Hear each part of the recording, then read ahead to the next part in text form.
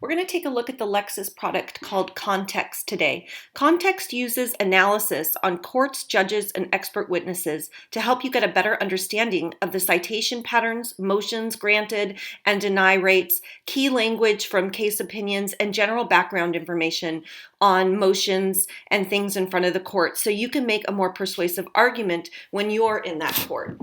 All right, so to get things started, let's take a look at where to get to context from your Lexis Advanced screen. So I'm on Lexis Advanced now, and you'll see the little grid box in the top left, and I'll pull it down to context. Now yours might move around, but it will be in this grid box, so take a look for the word context and come right in. Context is really easy to use. It starts with a big search box, and that's where you can type in experts, judges, courts, or companies, or just search everything. We're going to start with judges right now, so simply just type the name of a judge in. I'm going to search Michael Fitzgerald.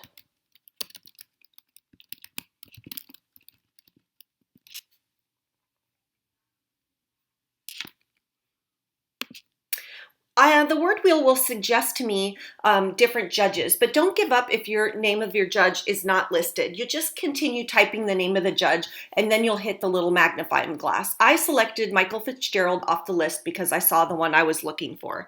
Immediately, we're going to start seeing some background information on the judge. We're going to see over here, the judge's experience, his education, contact information, the types of opinions in front of him, and the cases in front of him by year.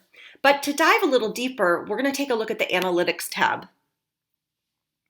Here you get two new tabs, Motion Language and Citation Patterns. Motion Language will tell you the grant and deny rates for that judge based on the motions in front of them. I can switch to any of these and take a better look by just clicking the name. Here we can see that the motion for reconsideration has been denied more times than not, and you have the specifics listed here. If I look to the right-hand side of the screen, I'll get a better idea of the cases used regarding this motion.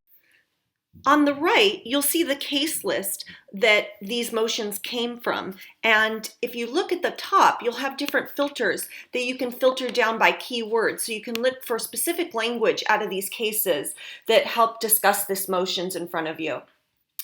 But the real standout on context is the Citations Patterns tab. So let's take a look at that.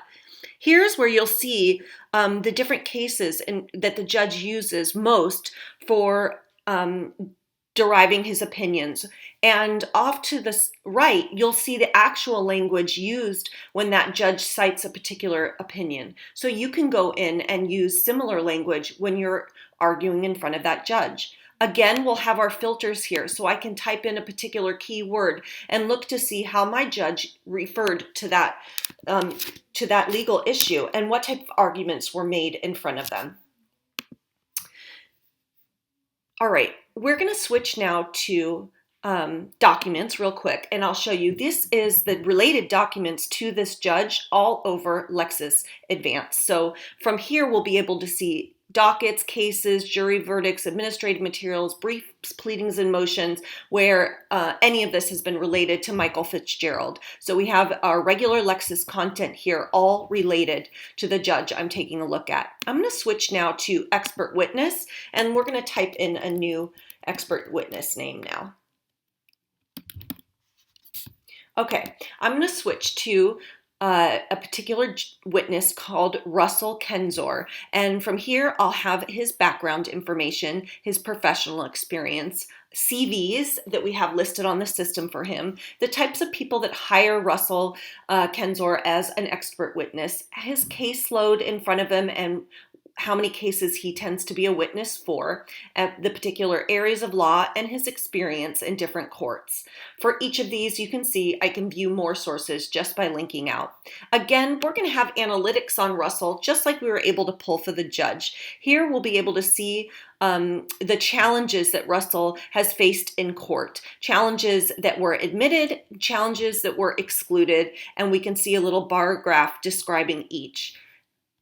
we'll also get the language from those cases off to the right-hand side again that talk about how those motions were admitted and excluded. So we can really get a better picture of what Russell dealt with when he was in front of the courts that day.